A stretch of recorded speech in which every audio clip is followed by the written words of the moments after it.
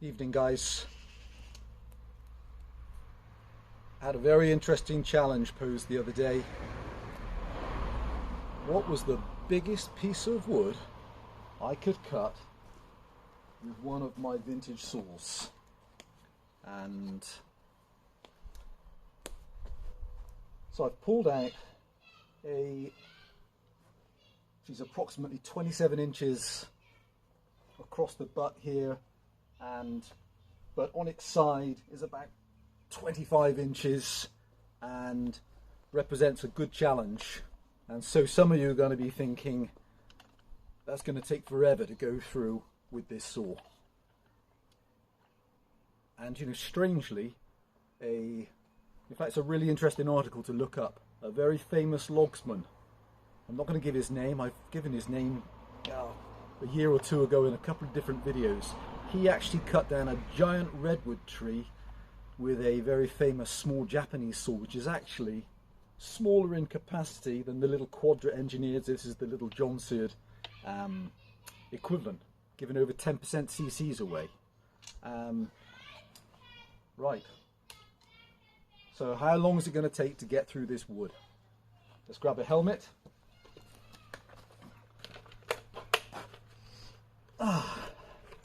Now, any of you looking at this thinking he's never going to get through it, you're going to be absolutely right, because this saw is one of my show ones and she doesn't work. Sorry guys, I think what we'll do, I think perhaps we'll bring out something more suitable. So this one has a few more cc's. This is one of my Contras. So this is where Stihl's direct drive chainsaws all started from, 1959. This is non-AV, spectacular engine, 58mm piston, 40mm stroke, and this girl is fitted with a 25-inch period solid nose bar, fitted with an Oregon period, I think that's a 59 period chain, so 404 full chisel chain, and not a saw I cut with, but several people have messaged, so I am going to show her today. I can't wait. Today's the first day I'm going to be cutting with this saw, and beautiful running engine, fantastic compression, and on paper, depending on the literature, makes somewhere around the 6+ horsepower. You sometimes might see them listed as 9+. Then a few years later they made her big brother, which was the Contra S, running there's a 58, I think the Contra S, same stroke, 40mm, and I think that's a 66mm piston. Came half a dozen years later, and I think you can swap the top end on these and turn them in, but because they're the same crank stroke, I'm pretty sure you can put a Contra S top end on it if you wanted to. So, right, sorry about the deception with the little John Seard, that's just not going to do it. So we're going to run the Contra. Let's see how this girl performs. So, even then, back in the late 50s, sight glass for the oiler, manual oil plunger, composite top, beautiful construction, massive fuel tank, massive oil tank, double dogs, beautiful mag alloy silencer. This girl has a mint perfect steel, genuine steel handlebar wrap, and is that off?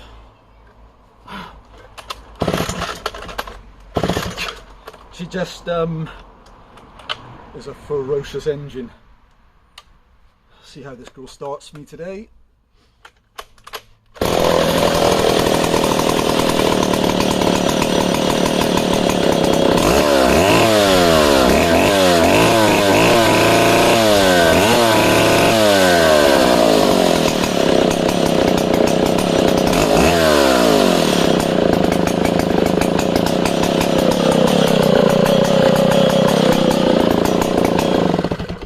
So spectacular. And what you'll notice when you rev them up, they'll initially launch and get to a higher RPM, and then they'll come back down again. And that isn't an issue with the engine. That is these, like their smaller sister, as they call it, have a flywheel governor on the inside.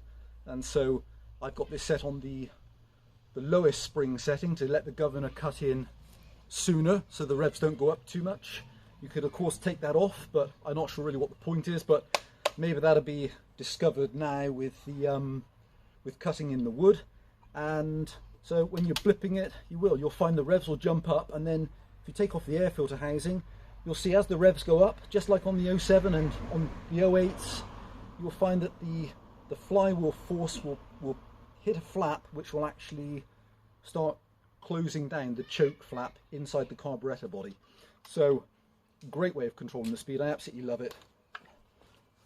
All up weight of this girl, so with a 17-inch bar, they're around the 26-pound mark. This girl's running the 25-inch setup and is around the 28.5-pound mark. And of course you could put this up to I think these go up to a 32-inch, and then of course then her bigger brother or sister, whatever you want to call her, let's call her sister, can run up to a 60-inch bar, so 5-foot bar monster. Right, it's an exciting day.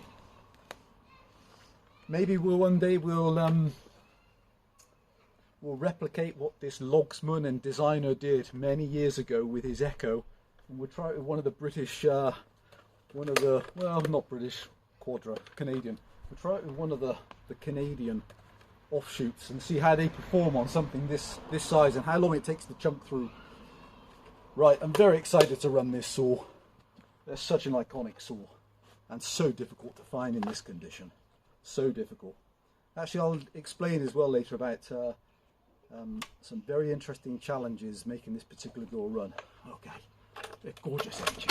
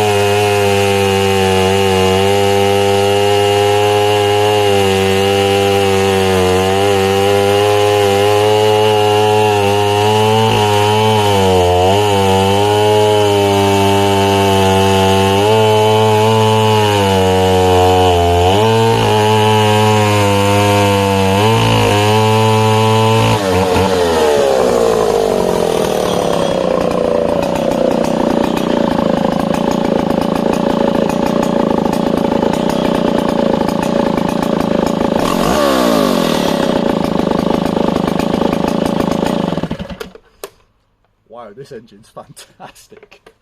Oh my goodness me.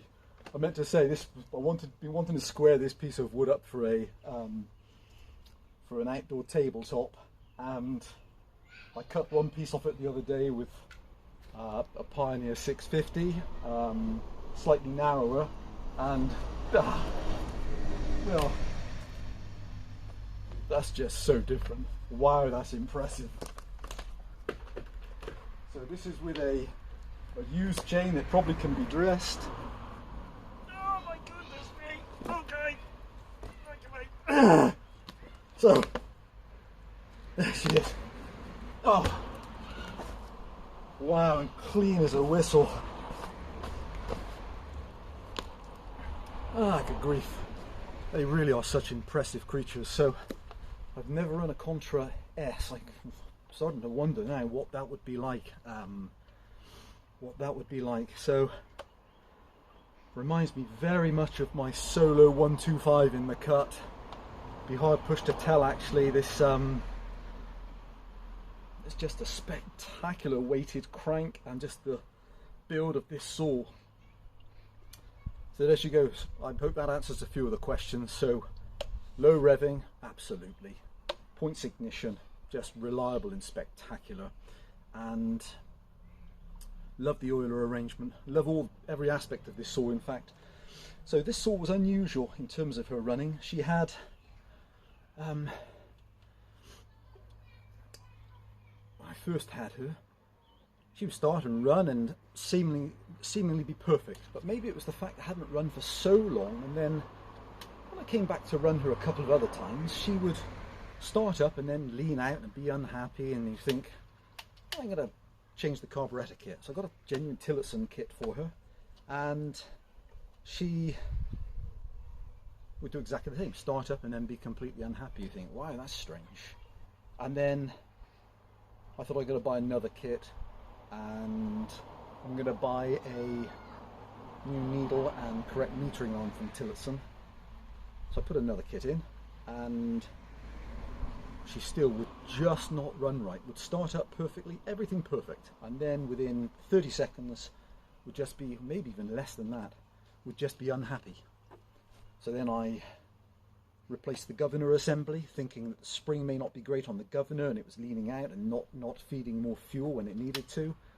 No joy. Then I ordered another carburettor for her, and I ordered a spare Contra manifold for her. I chased my tail. Replacement manifold gaskets, 2 manifolds, 2 carburettors, changed the fuel pickup, all original Contra parts as well, and she would not work. From running okay seemingly to the first time I started to run her for an extended period of time just to see how, you know, she would run when she was really hot. So then I did something really unusual. I bought one of the aftermarket Contra carburettors for the 070, 090, and just as a diagnostics tool, if you like, just to put something on that was brand new, just to see how the running compared with that carburettor. And it's shocking, because that's the carburettor that's on her now, and runs flawlessly. So I have the original Contra carburettor for this one, and it's immaculate. It's undamaged and immaculate, and all the jets are clean, the metering lever looks at the correct height, everything looks perfect. She just refuses to run properly on her. And then I put the aftermarket carburettor on, and she runs perfect. And it's strange. The genuine carburettor was vac tested and pressure tested with my Mitivac gauges, and I was convinced she was pulling air on the crank seals, and I thought, how is that possible? It's just been running perfectly, and it's just some issue with that carburettor.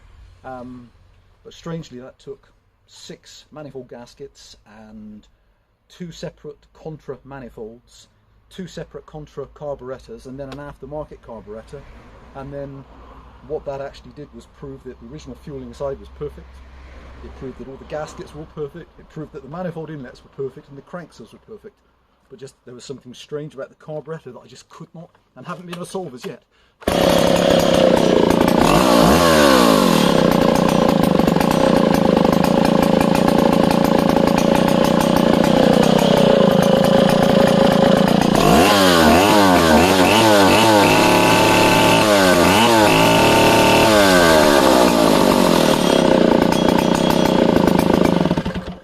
Guys, thanks for watching. So that's the mighty impressive 1959 Contra 106cc 58mm piston, 40mm stroke, points condenser ignition system.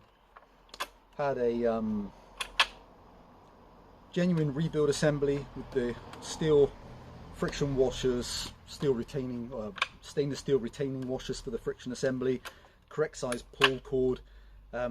I don't know if many people know this, but some of the dealers had, when they sold pull cord setups, you could actually buy wooden handles. So this is a new old stock original wooden pull handle. Still have the rough plastic one as well, but I just love the look of that.